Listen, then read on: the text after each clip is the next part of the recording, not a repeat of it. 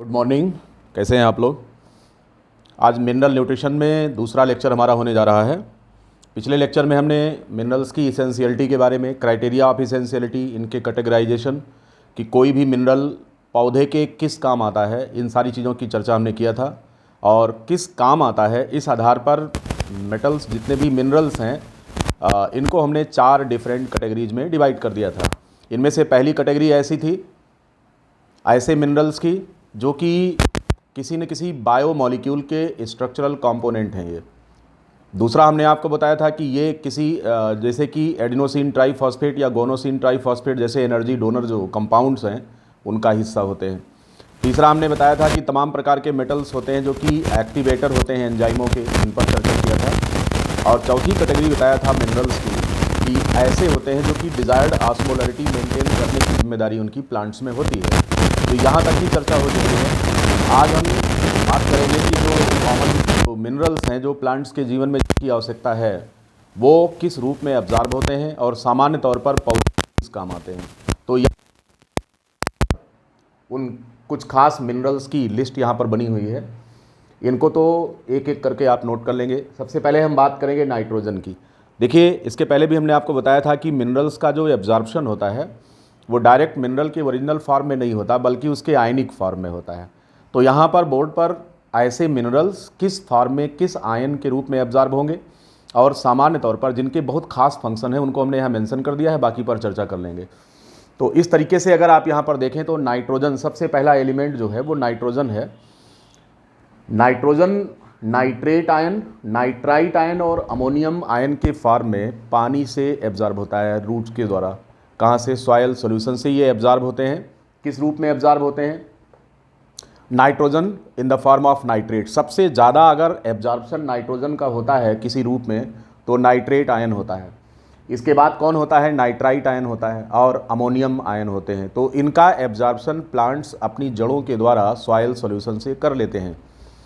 Nitrogen की चर्चा यहाँ पर एक लाइन में इसलिए नहीं किया है क्योंकि नाइट्रोजन का बहुत इलस्ट्रेटेड स्कोप है और नाइट्रोजन मेटाबॉलिज्म हम आप आगे पढ़ेंगे। नाइट्रोजन फिक्सेशन में, नाइट्रोजन साइकिल में हम इसकी चर्चा करेंगे कि ये पौधों के किस किस काम आता है। तो इसका डिटेल हम वहाँ पर डिस्कशन करेंगे। दूसरा एलिमेंट है फास्फोरस। फास्फोरस भी पौधे मिट्टी से इसको एब्जॉर्ब करते हैं सॉइल सॉल्यूशन से in the form of H2PO4 negative ion और दूसरा एनायन इसका होता है HPO4 2 माइनस। तो ये फॉस्फेट आयन के फॉर्म में एब्जॉर्ब होता है। आपको मालूम है कि फास्फोरस प्लांट्स के जीवन में कितना इंपॉर्टेंट है। फास्फोरस तमाम प्रकार के जब बायोमॉलिक्यूल्स जैसे कि न्यूक्लिक एसिड है इसका हिस्सा होता है। न्यूक्लिक एसिड्स का फॉर्मेशन करने में आरएनए डीएनए में फॉस्फेट का यूज होता है। इसके अलावा कंपोनेंट ये प्रोटीन का होता है, फॉस्फोलिपिड्स में ये मौजूद होता है। आपको मालूम है कि फॉस्फोलिपिड्स जो होते हैं वो सेल मेम्ब्रेन का इम्पॉर्टेंट कॉन्स्टिट्यूएंट होता है। अगर फॉस्फोलिपिड नहीं है तो बायोलॉजिकल मेम्ब्रेन का निर्माण नहीं होगा। तो इसलिए अगर सेल इलांगेशन होना है, सेल डिवीज़न होना है तो उसमें मेम्ब्रेन फॉर्मेशन ज़रूरी है। मेम्ब्रेन फॉर्मेशन करने के लिए जिस बायोमॉलिक्यूल की ज़रूरत है वो फॉस्फोलिपिड और प्रोटीन होते हैं और प्रोटीन और फॉस्फोलिपिड इन दोनों में फास्फोरस किसी न किसी रूप में मौजूद होता है। तो इसलिए फास्फोरस बहुत इंपॉर्टेंट कंपोनेंट है। यहाँ पर पौधों के जीवन में बहुत इंपॉर्टेंट रोल फास्फोरस प्ले कर रहा है। इसके बाद हम बात करेंगे पोटेशियम आयन की। ये पोटेशियम जो मिनरल है ये अपने पोटेशियम आयन के फॉर्म में मिट्टी से, सॉइल सॉल्यूशन से पौधे इसको एब्जॉर्ब कर लेते हैं। एब्जॉर्ब करने के बाद पोटेशियम, यहाँ मैंने आपको बताया था कि मेन रोल इसका किसमें है? Desired osmolarity. Desired osmolarity maintain करता है and it is helpful in opening and closing of stomata. Closing of stomata, stomata के खुलने और बंद होने में और प्लांट सेल्स के अंदर वैक्यूल्स में इसकी लोडिंग होती है। ये सेल का इंटरनल ऑस्मोटिक सिस्टम मेंटेन करने का काम पोटेशियम आयन करता है।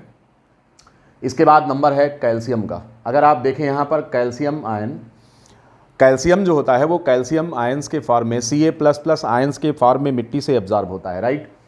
कैल्शियम आयन प्रथम तो ये पौधों की सेल वॉल में जो मिडिल लैमिला होता है उसमें कैल्शियम पैक्टेट के फॉर्म में मौजूद होता है। Calcium pectate calcium pectate present in the middle lamella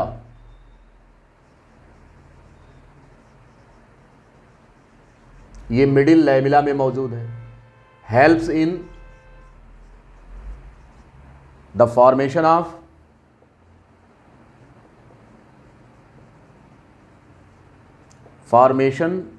of mitotic spindles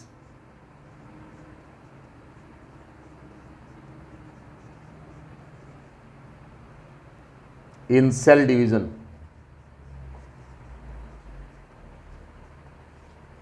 इस प्रकार से कैल्शियम का बहुत इंपॉर्टेंट रोल है सेल डिवीजन, सेल इलांगेशन के समय। जिस समय सेल डिवीजन होता है उसमें सेल वॉल में कैल्शियम पैक्टेट का फॉर्मेशन करता है। कैल्शियम पैक्टेट मिडिल लैमेला का निर्माण करता है। और इसके अलावा जो माइटोटिक स्पिंडल्स होते हैं इनके जो मोनोमर यूनिट्स होते हैं ट्यूबुलिन प्रोटीन्स, उनको जो है पॉलीमराइज कराने में कैल्शियम का इम्पॉर्टेंट रोल है। अगर कैल्शियम नहीं है तो प्लांट्स में सेल डिवीज़न ऑलमोस्ट रुक जाएगी। तो इसीलिए कैल्शियम आयन का यूज़ यहाँ पर है। तो कैल्शियम पैक्टेट के रूप में ये सेल वॉल का निर्माण कर रहा है मिडिल लैमेला का, और माइटोटिक स्पिंडल में उसके जो मोनोमर्स हैं उनके पॉलीमराइजेशन में ये हेल्प करता है। इसके बाद अगर हम मैग्नीशियम की बात करें तो आपको पता है कि मैग्नीशियम बहुत इंपॉर्टेंट कॉन्स्टिट्यूएंट है क्लोरोफिल का। अगर मैग्नीशियम नहीं है तो क्लोरोफिल नहीं बनेगा, क्योंकि आपको मालूम है कि क्लोरोफिल में मैग्नीशियम पोरफायरिन होता है। यहाँ पर मैग्नीशियम एक सेंट्रल मेटल आयन के रूप में रोल प्ले करता है। 4 पायरॉल रिंग्स के बीच में मैग्नीशियम एक सेंट्रल मेटल आयन के रूप में होता है। यहाँ पर पायरॉल्स जो होते हैं वो एक लिगेंड की तरह काम करते हैं, केमिस्ट्री में पढ़ा होगा आपने। तो इस प्रकार से 4 पायरॉल के सेंटर पर मैग्नीशियम बैठा होता है तो मैग्नीशियम पोरफायरिन का निर्माण होता है। मैग्नीशियम पोरफायरिन जो होता है ये क्लोरोफिल के निर्माण में सहायक है। इतनी बात समझ गए होंगे आप। इसके अलावा मैग्नीशियम डीएनए और आरएनए के निर्माण में बहुत इंपॉर्टेंट रोल प्ले करता है। आरएनए और डीएनए के निर्माण में in nucleic acid synthesis magnesium plays very important role. Not only this, in glycolytic step जहाँ पर भी एडेनोसिन ट्राइफॉस्फेट का यूज होता है एनर्जी के रूप में, वहाँ पर मैग्नीशियम आयन एटीपी के साथ कॉम्प्लेक्स बनाता है। तो एटीपी यूज़र के रूप में स्टेप नंबर 1 और 3 पर ग्लाइकोलाइसिस में मैग्नीशियम का यूज़ है। एडिनोसिन ट्राइफॉस्फेट के साथ कैरी, उसको बॉन्ड बना करके अपने साथ कॉम्प्लेक्स बनाकर कैरी करता है और ले आता है रिएक्शन साइट पर। इतना ही नहीं, मैग्नीशियम राइबोसोम्स के दोनों यूनिट को आपस में अटैच करके अर्थात उसकी असेंबली के लिए ज़रूरी होता है। ये सब कुछ कॉमन फंक्शंस हैं जिनको हमने यहाँ मेंशन नहीं किया है। मेंशन करेंगे तो बहुत बड़ा हो जाएगा, लेकिन तमाम चीज़ों की जानकारी आपको है। आपको पता है कि राइबोसोम्स की दोनों यूनिट मैग्नीशियम के बिना आपस में जुड़ती नहीं है। तो इस प्रकार मैग्नीशियम बहुत इंपॉर्टेंट रोल प्ले करता है प्रोटीन सिंथेसिस में, डीएनए सिंथेसिस में, आरएनए के निर्माण में बहुत ज़्यादा इंपॉर्टेंट रोल है इसका। फिर बात करते हैं हम सल्फ़र की। सल्फ़र जो है एक इम्पॉर्टेंट कॉन्स्टिट्यूएंट होता है। ये हमारी बॉडी के अंदर पाए जाने वाले कुछ एमिनो एसिड्स होते हैं, जैसे कि मेथियोनिन होता है, जैसे कि सिस्टीन होता है। तो मेथियोनिन, सिस्टीन जैसे एमिनो एसिड का ये स्ट्रक्चरल कंपोनेंट है। कौन? Sulphur. Not only this but it is the component as the coenzyme of different type of enzymes. यहाँ पर अगर हम देखें तो ये सिस्टीन और मेथियोनिन नाम के एमिनो एसिड्स का हिस्सा है। इसके अलावा कुछ को एंजाइम्स या विटामिन्स का पार्ट होता है, जैसे थियामिन है, बायोटिन है और को एंजाइम ए है। इनका ये हिस्सा होता है कौन? सल्फ़र। इसलिए तमाम प्रकार के एंजाइम्स जो होते हैं उनकी एक्टिविटी के लिए सल्फा हाइड्रिल ग्रुप का होना ज़रूरी है, और सल्फा हाइड्रिल ग्रुप में सल्फ़र होता है। इसके अतिरिक्त प्रोटीन के कुछ स्ट्रक्चर्स होते हैं, जैसे सेकेंडरी स्ट्रक्चर है, टर्शियरी स्ट्रक्चर है। तो जो टर्शियरी स्ट्रक्चर होता है वहाँ पर सल्फ़र जो होता है वो डाइसल्फाइड लिंकेज का निर्माण करता है। बिना डाइसल्फाइड लिंकेज के एंजाइम एक्टिव नहीं होगा, उसका टर्शियरी स्ट्रक्चर नहीं बनेगा। इसलिए टर्शियरी स्ट्रक्चर किसी भी प्रोटीन का इस्टेब्लिश करने में डाइसल्फाइड लिंकेज बहुत इंपॉर्टेंट रोल प्ले करता है। एंजाइम की एक्टिविटी के लिए सल्फा हाइड्रिल ग्रुप का होना ज़रूरी है। तो इसलिए ये जो सल्फ़र है ये बहुत इंपॉर्टेंट कॉन्स्टिट्यूएंट होता है किसी भी प्लांट के मेटाबॉलिज्म का। फिर अगर हम बात करें आयरन, बोलना ही नहीं है, आयरन कई जगह पर, जैसे साइटोक्रोम में आयरन होता है। इसके अलावा आयरन बहुत इंपॉर्टेंट रोल क्लोरोफिल के निर्माण में प्ले करता है।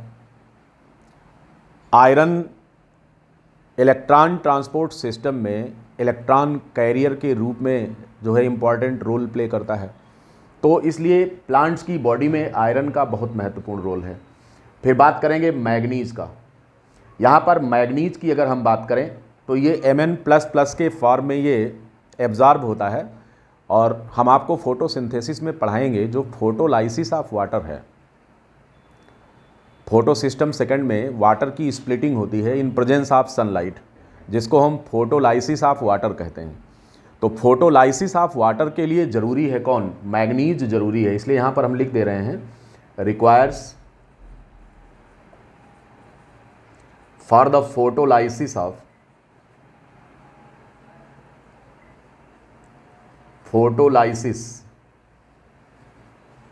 H2O in photosynthesis. आगे पढ़ेंगे इसका रोल।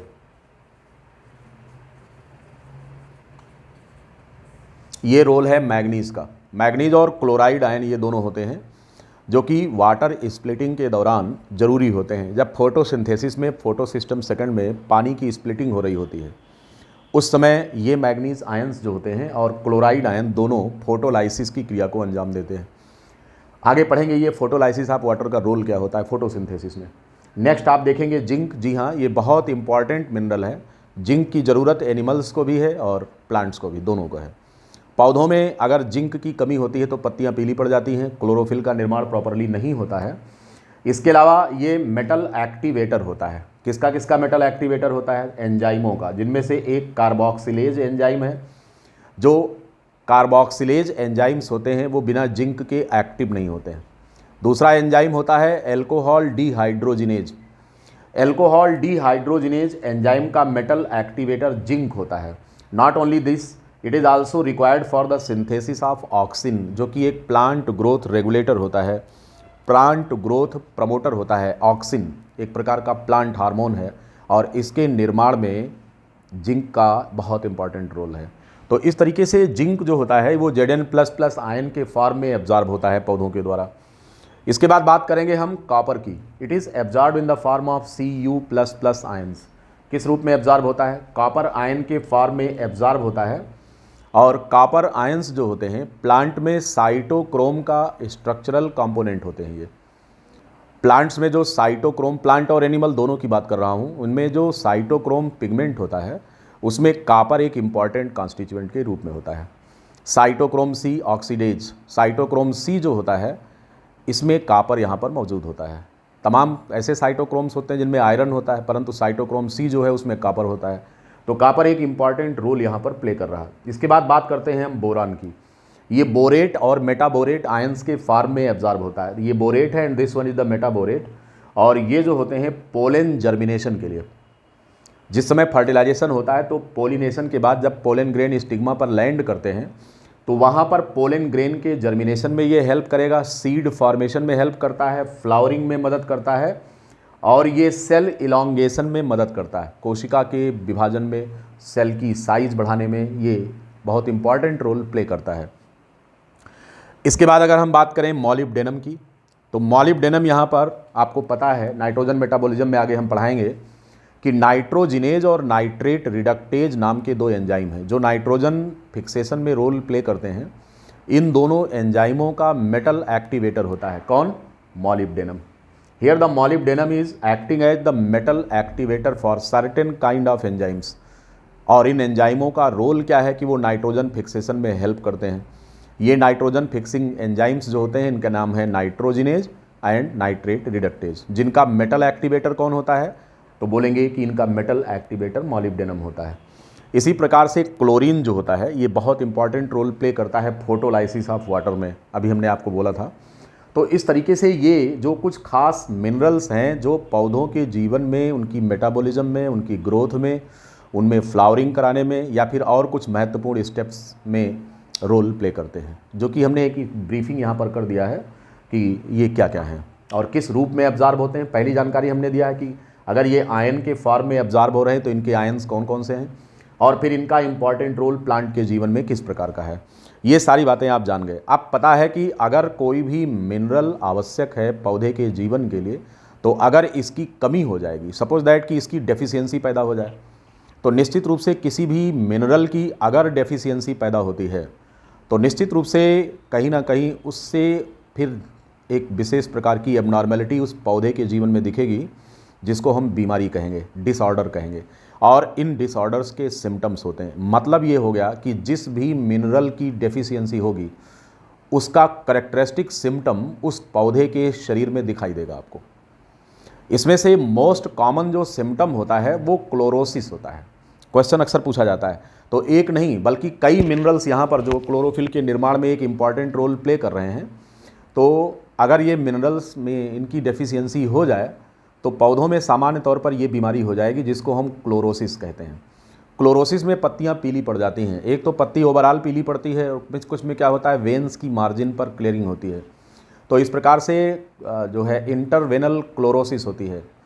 क्लोरोसिस कराने वाले जो मिनरल्स हैं, यहाँ पर हमने इंडिकेट किया है, जिन मिनरल्स के सामने हमने डॉट लगाया है, ये सब कौन है, ये जिम्मेदार हैं किसके लिए, क्लोरोसिस के लिए जिम्मेदार हैं। जैसे नाइट्रोजन है, पोटेशियम है, मैग्नीशियम है, सल्फर है, आयरन है, मैग्नीज है, जिंक है और मॉलिब्डेनम है। ये कुछ खास प्रकार के मिनरल्स हैं जिनकी कमी होने से जो कॉमन सिम्टम होता है वो पौधों में दिखाई देगा और पत्तियां पीली पड़ने लगेंगी। इसे हम क्लोरोसिस कहते हैं।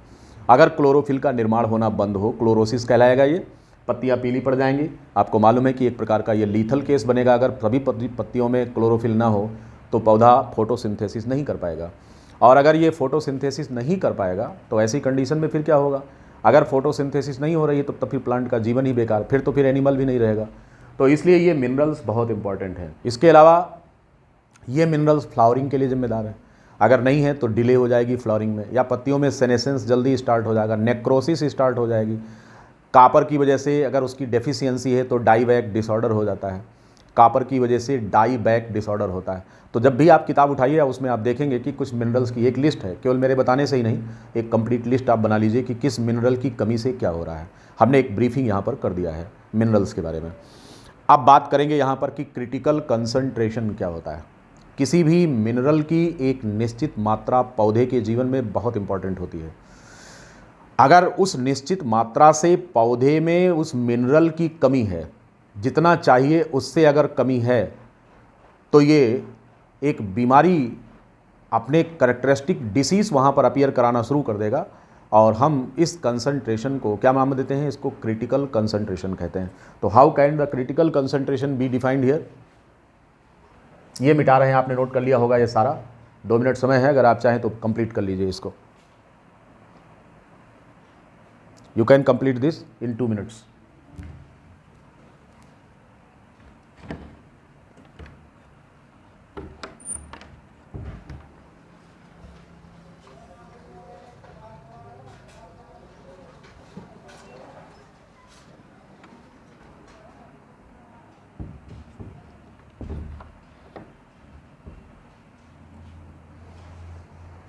हो गया होगा, कंप्लीट कर लिया होगा। Now come to the next. बात करने चल रहे हैं कि क्रिटिकल कंसंट्रेशन किसी भी मिनरल का क्या होता है।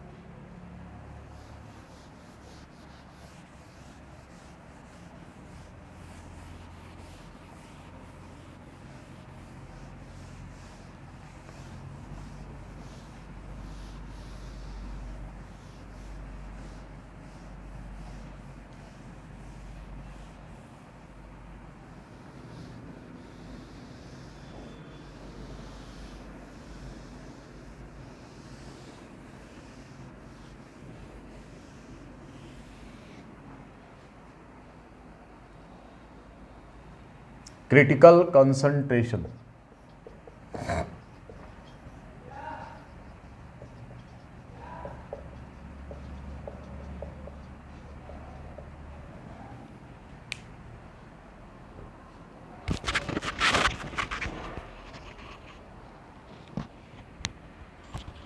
जस्ट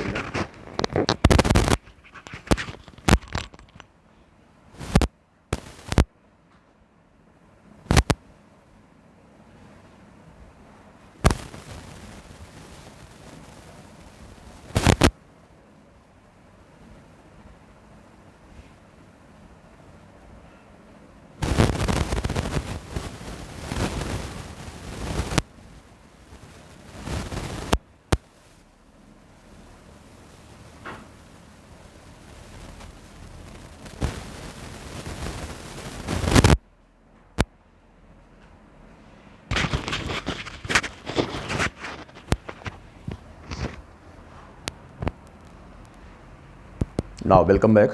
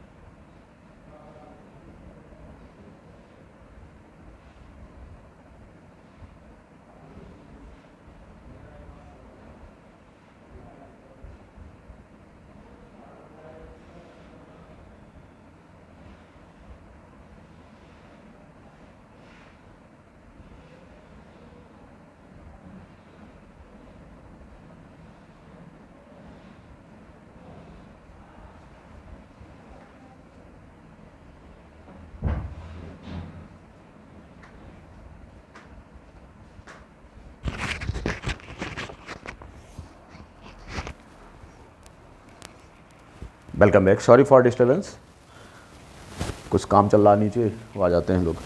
चलिए, बात कर रहे थे हम क्रिटिकल कंसंट्रेशन की. बात कर रहे थे कि ये क्या चीज़ होता है. क्रिटिकल कंसंट्रेशन होता क्या है कि किसी भी प्लांट के जीवन में मिनरल की एक निश्चित मात्रा जरूरी होती है. उसे नोट कर लेंगे. In plants life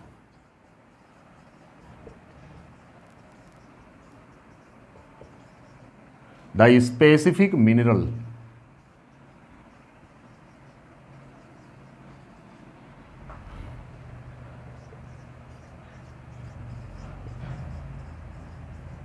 is required in a specific amount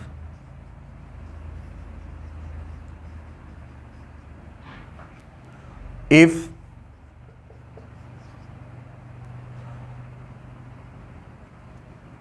there is deficiency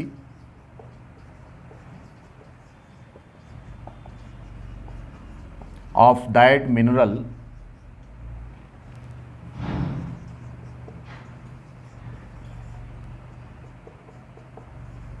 its a symptom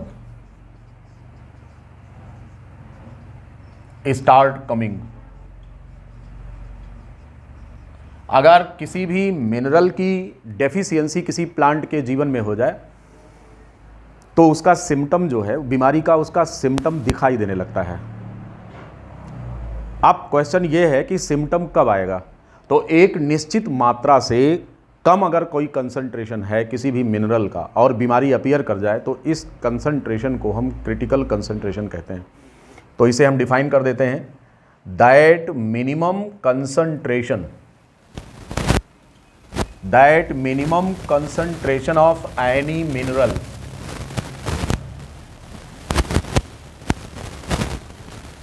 in plant's body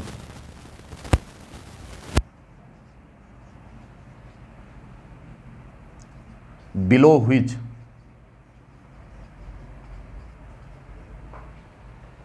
the deficiency of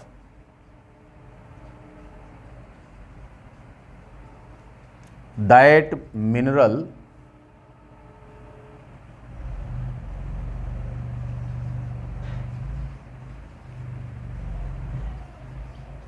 develops disease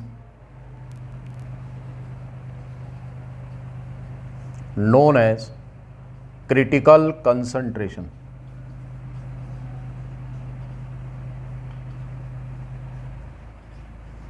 कह रहे हैं कि किसी भी मिनरल का जो कंसंट्रेशन है वो एक निश्चित मात्रा में प्लांट की बॉडी में होना चाहिए, और अगर मान लेते हैं कि इसका कंसंट्रेशन जितना होना चाहिए उससे कम मौजूद है तो एक पर्टिकुलर मात्रा से अगर कम है तो इसकी बीमारी का सिम्टम प्लांट के जीवन में दिखने लगेगा, हम उसे क्रिटिकल कंसंट्रेशन कहते हैं।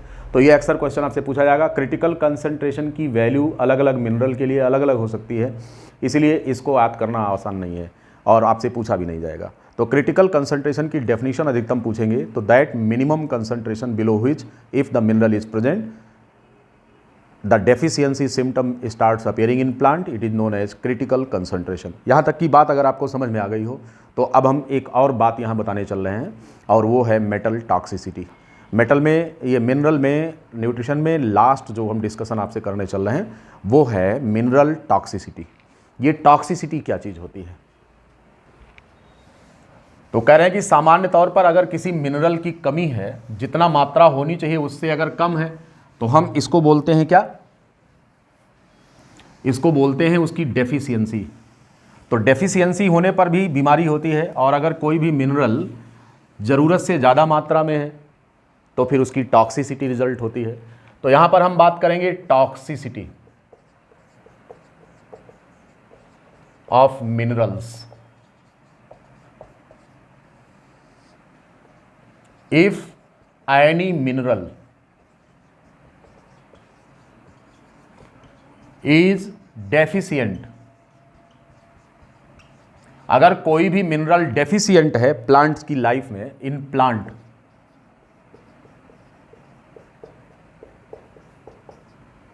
It's symptom appears.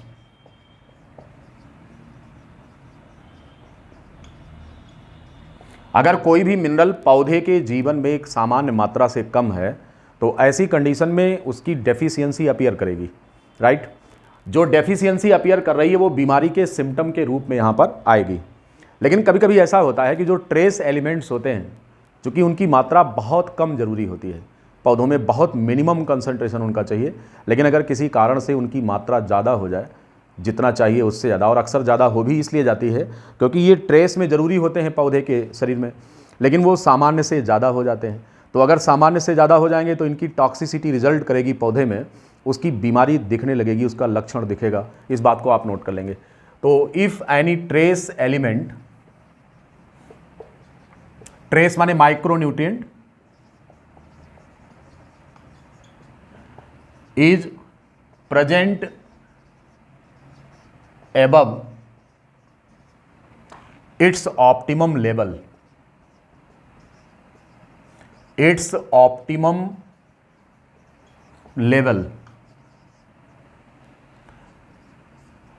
its toxic effect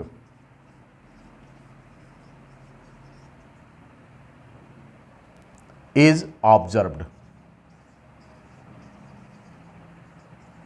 अब क्वेश्चन ये है कि टॉक्सिक इफेक्ट का मेजरमेंट कैसे किया जाए, कैसे हम जानेंगे कि ये मेटल टॉक्सिक है। तो इसके लिए एक पैरामीटर दिया गया है कि अगर कोई भी मेटल की टॉक्सिसिटी इस लेवल की है कि वो पौधे के वजन में 10% का रिडक्शन कर दे तो वो टॉक्सिक माना जाएगा। इफ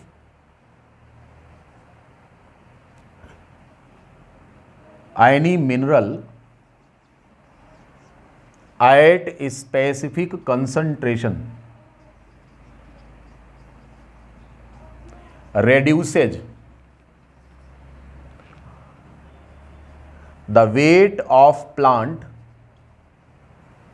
by 10%, अगर उसके वजन में 10% की कमी कर दे, if any mineral at a specific concentration reduces the weight of plant by 10%, it is considered as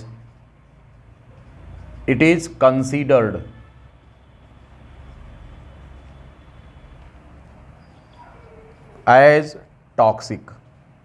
तब हम इस मिनरल को टॉक्सिक मानते हैं। और ये जो टॉक्सिक मिनरल्स होते हैं सामान्य तौर पर, ये किसी दूसरे जो कि अन्य मिनरल्स हैं, जिन मिनरल्स की पौधे में ज़रूरत ज़्यादा है, उनसे कंपटीशन करने लगते हैं एब्जॉर्प्शन के मामले में, और फिर उनकी डेफिशिएंसी करा देते हैं।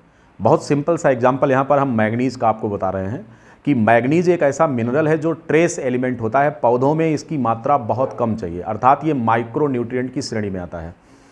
अब अगर ये अपने निश्चित डिजायर्ड कंसंट्रेशन से ज़्यादा मात्रा में मौजूद है तो पौधे में टॉक्सिसिटी पैदा कर देगा। और ये कैसे करेगा? तो ये मैग्नीशियम, आयरन और कैल्शियम की डेफिशिएंसी पैदा कर देता, क्योंकि ये इन 3 आयनों के साथ कंपटीशन करने लगता है एब्जॉर्प्शन को लेकर के। कौन? मैग्नीज। नोट कर लेंगे इस चीज़ को। For example manganese,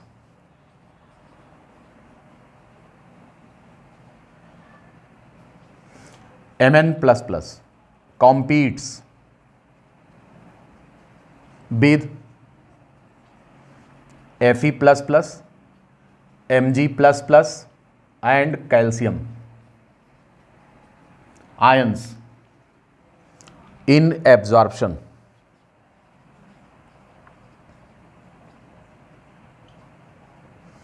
Excess amount of manganese Mn++ may cause the deficiency of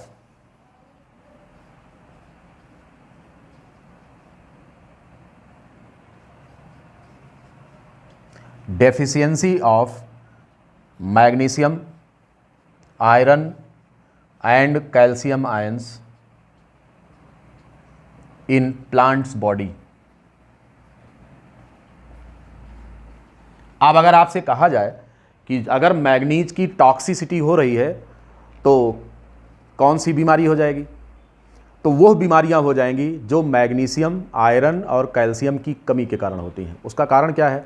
क्योंकि मैग्नीज की टॉक्सिसिटी बढ़ने पर यह आयरन, मैग्नीशियम और कैल्शियम के एब्जॉर्प्शन की प्रक्रिया को प्लांट में रोक देता है, अर्थात ये उससे कंपटीशन करता है। अब पता लगेगा कि पौधे के शरीर में ना तो मैग्नीशियम रहेगा, ना आयरन रहेगा और ना कैल्शियम। अब इन 3 मिनरल्स की जो डेफिशिएंसी होगी वो मैग्नीज की टॉक्सिसिटी कहलाएगी। यानी कि मैग्नीज की अधिकता होने पर ऐसी बीमारी हो जाएगी पौधों में जो कैल्शियम की कमी से होती है, जो आयरन की कमी से होती है और जो मैग्नीशियम की कमी से होती है।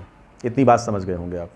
तो इस प्रकार से ये एक जनरल सर्वे था मिनरल न्यूट्रिशन के बारे में प्लांट्स में।